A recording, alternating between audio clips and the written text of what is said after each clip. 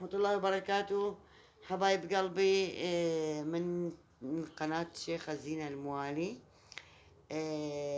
لا تنسون حبايب قلبي شير ولايك واشتراك بالقناة. راح أشوف لكم بالكوتشينة برج الأسد. برج الأسد متميز بالقوة، يعني قوي، مستبد، عنده شخصية كلش حلوة، يعني راقية وعنيدة. من برج الأسد اللي ما تعرفون به، طيب القلب إلى أبعد الحدود.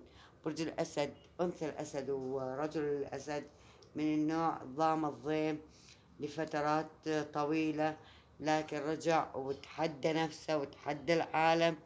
وبما أنه هو الأسد القوي الشجاع الدائما، ما يبين انكساره، ما يبين انهزامه للعالم، فهو يرجع ويصير أقوى من الأول، ماديا معنويا نفسيا. دا أشوف عنده طاقة، كانت طاقته سلبية، كانت محطمة النفسية، لكن هسه لا، هسه دا نشوفه دا يرجع بكل قوته، بكل صلابته، بكل أموره. يعني دا يتحدى وايد شغلات. عنده تسعة، التسعة هاي تسعة، يعني فرحة، 9 نقط أمامه، يعني راح يفرح بيهن فرحة ورا فرحة إن شاء الله تدوم عليك يا برج الأسد. أنت من النوع من النوع اللي قلبك طيب، من النوع العطوف، من النوع الرحوم يا برج الأسد. وبالذات أنثى الأسد من النوع اللي تحب تنطي وتاخذ تنطي، ما تحب إنه تنطي بدون ما يعني أحد يقدرها أو يحترمها، أو تكون عندها يعني يعني ثبات نفسي عندها. وبنفس الوقت تحب تكون جميلة بشكلها، جميلة بأفعالها، جميلة بكل شيء. ما شاء الله يا أنثى الأسد، أنتي رائعة.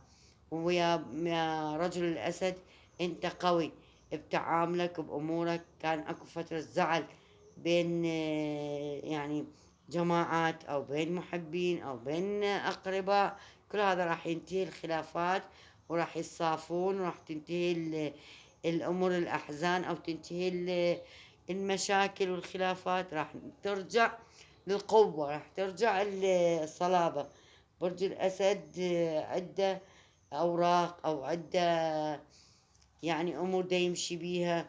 هو دائما محسود، ودائما عليه العين والأنظار كلش قوية يا برج الأسد. برج الأسد أنت من النوع اللي نجمك خفيف، يعني تنصاب بأقل شيء، بأقل شيء، نفسيا، ماديا، يعني كل شيء. العين من تضرب ما شاء الله، يعني ما تخلي بيك جزء، يعني سليم. فإن شاء الله كل هذا راح يصير من الماضي. هسه عندنا بالحاضر عندك شغلات كلش قوية راح تستفاد من عندها، وراح تتعلم. وانت تعلمت من درس هواي. راح ناخذ لك ورقة التاروت يا برج الأسد، ونشوف تاروتك شي يقول لك. شوف المرأة سبحان الله، يعني طلعت لك أنثى الأسد. ما شاء الله عندك قوة وعندك عزيمة، ودائما ما تهاب أي أحد. بدنا نشوف لك، ناخذ لك ورقة ثانية للتاروت. يقول لك الكل حواليك مسوين عندك، مسوي لك يعني مثل المهرج. دا يردون هذا لازم بإيده، وهذا لازم عصاية، وهذا لازم سكينة.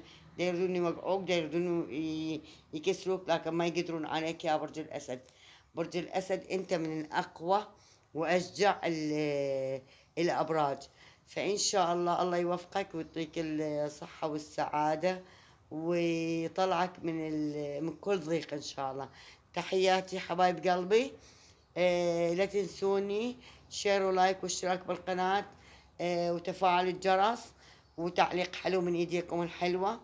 واللي يريد قراءة خاصة يتابعني على الفيسبوك الشيخة زينة الموالي، والمازنجر الشيخة زينة الموالي. والسلام عليكم ورحمة الله وبركاته.